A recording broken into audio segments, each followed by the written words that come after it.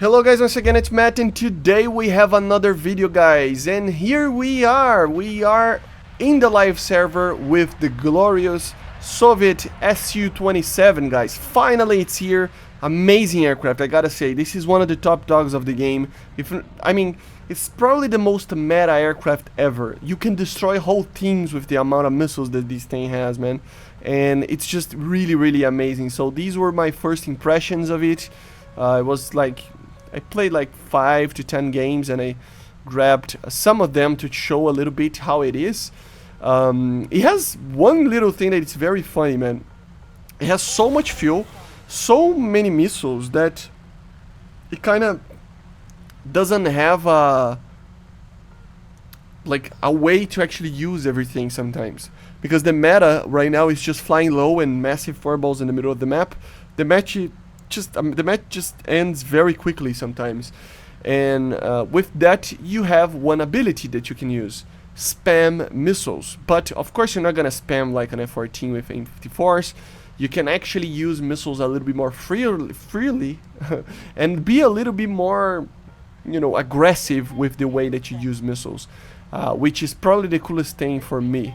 I fired R27 over here, and I still have 3 R27s, 2 R27 ETs, and then 4 R73s, so it's just 1/10 of the missiles that I have, so it's okay to waste missiles trying to get those very long range kills, and you will see why I'm talking like this. So for example, here I fired 2 R27s at first, on targets that were really, you know, easy to destroy, but sometimes they can turn and everything. The first one completely did a 180. The second one, I just missed the kill there because somebody got it first. And then I noticed 2 targets flying high here, and that's where I think the Su-27 is the prime aircraft in the air, because the BVR, I mean the radar is a little bit, you know, it should be a little bit better according to DCS and other, you know, sources.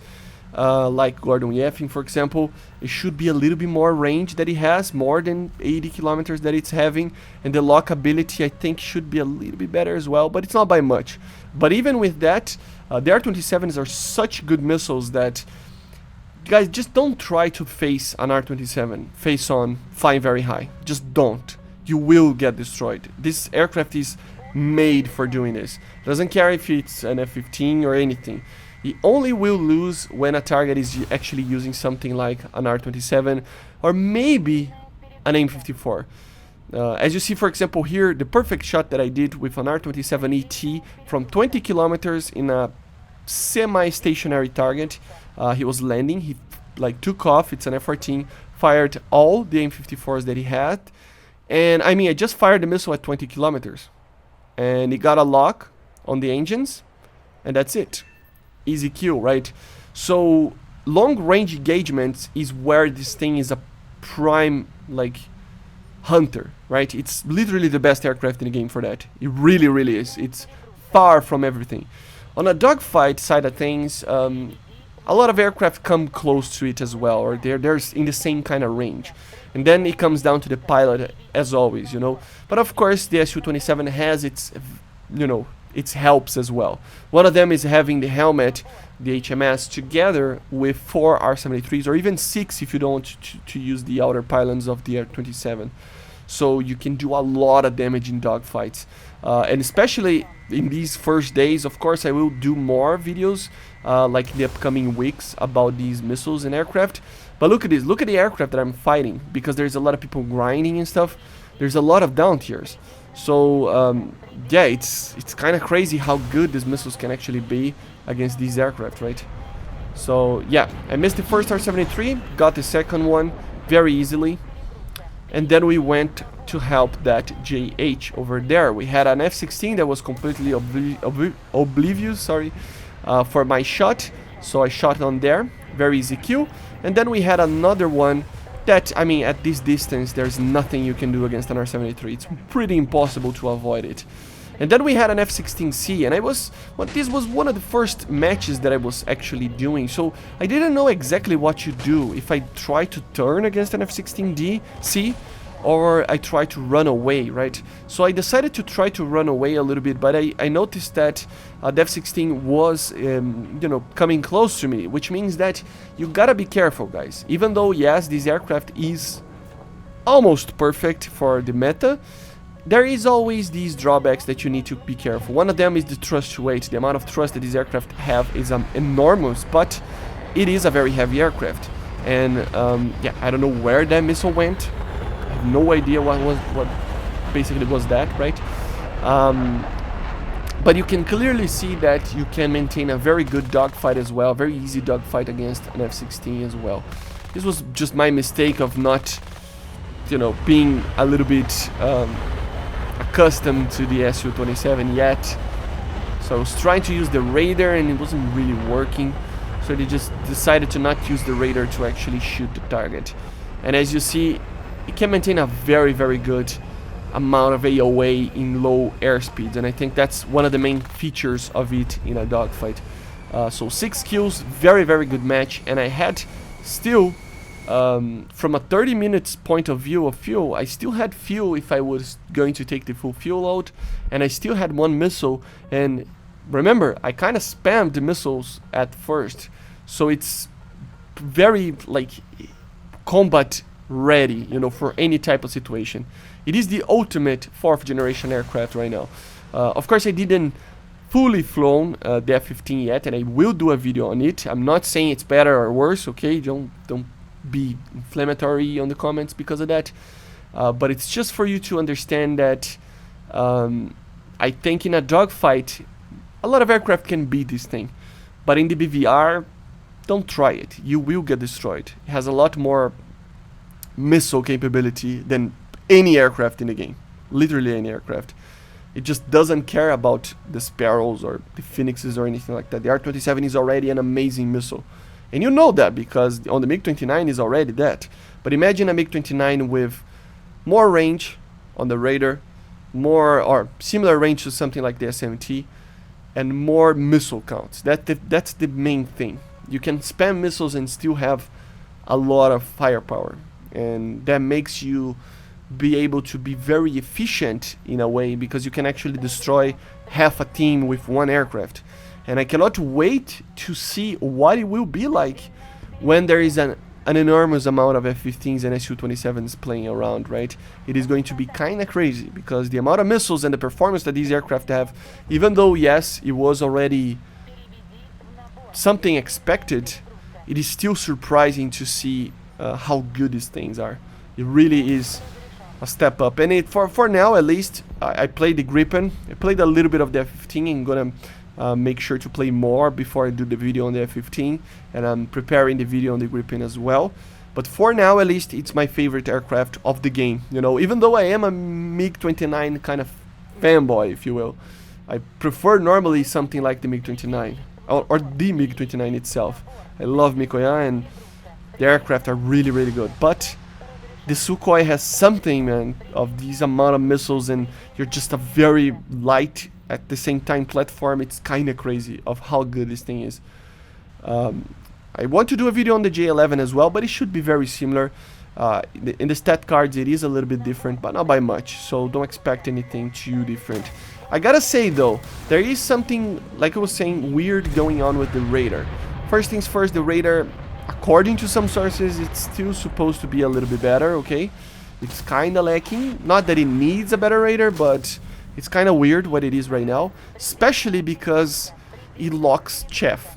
It's a pulse operator that it's locking chaff, and that should not be happening. You may be losing the lock, yes, but locking into something stationary as a chaff kind of doesn't make much sense for a pulse operator, okay? So they really need to fix that, but of course it's day 1 of this radar. We need to wait and see how it will perform. But in general, you know, it is lacking on that regard, okay? Just remember that when you are getting the aircraft. And yeah, amazing, amazing. It's just, oh my god, this thing is so beautiful. Notice the skins that it has. It has the Indonesian one and then the Kazakh one. Very, very cool, the bluish kind of color that it has. And this is where it is the prime kind of place for the Su-27. See? Target actually flying very high. You were flying kind of high. I mean, 6,000, 7,000 meters is not that much, but you just have an ability here that it's just nothing can compare to. I mean, I can fire much later and still get the kill, just because of the energy the R27 ER has, and it turns a lot. But as you see, for example, here, you can clearly see the chaff locking problem, right? It was something that happened in other raiders before, but it's happening a lot right now, and a normal raider, yes, a MiG-23 raider or something like that should be having these problems, but a pulse Doppler raider should not. So it's kind of weird right now. They need to fix a little bit of that to be a little bit more comfortable to actually use a raider such as this. As you see, it's really kind of hard sometimes to use the raider, and it should be the same as the MiG-29. It's on the same part of technology, right? So yeah, look at the amount of missiles that thing has, man. It's so many missiles, and it's a big missile. Don't get me wrong, the R27 is big. So remember, you will be heavy, especially at the start of the match. You will end up having some troubles with weight. So don't try to get into dogfights at early matches unless maybe you change a little bit of the loadout. And see there, that's an F-15. I got the F-15 much, or he was destroyed much earlier than the Sparrow could actually hit me. Don't get me wrong, the Sparrow is an amazing missile, but the R27 is just a little bit better, right? So yes, that was his first missile that he fired. He wasn't even like being able to be to fire the missile before. He was actually trying to make me lose the lock, and so it's just overall a better advantage. And it really it's kind of weird, and let's see how the meta changes a little bit. But yeah, the Su-27 is meta changing. It is really an amazing aircraft. I cannot wait to fly properly all the F-15s to notice if we can actually do well as well in the BVR arena. But I think the king is the Su-27. And in the dogfight, as I said, they're all beatable. You know, the F-15 is beatable, the Su-27 is beatable, the Gripen is beatable by an F-16, MiG-29.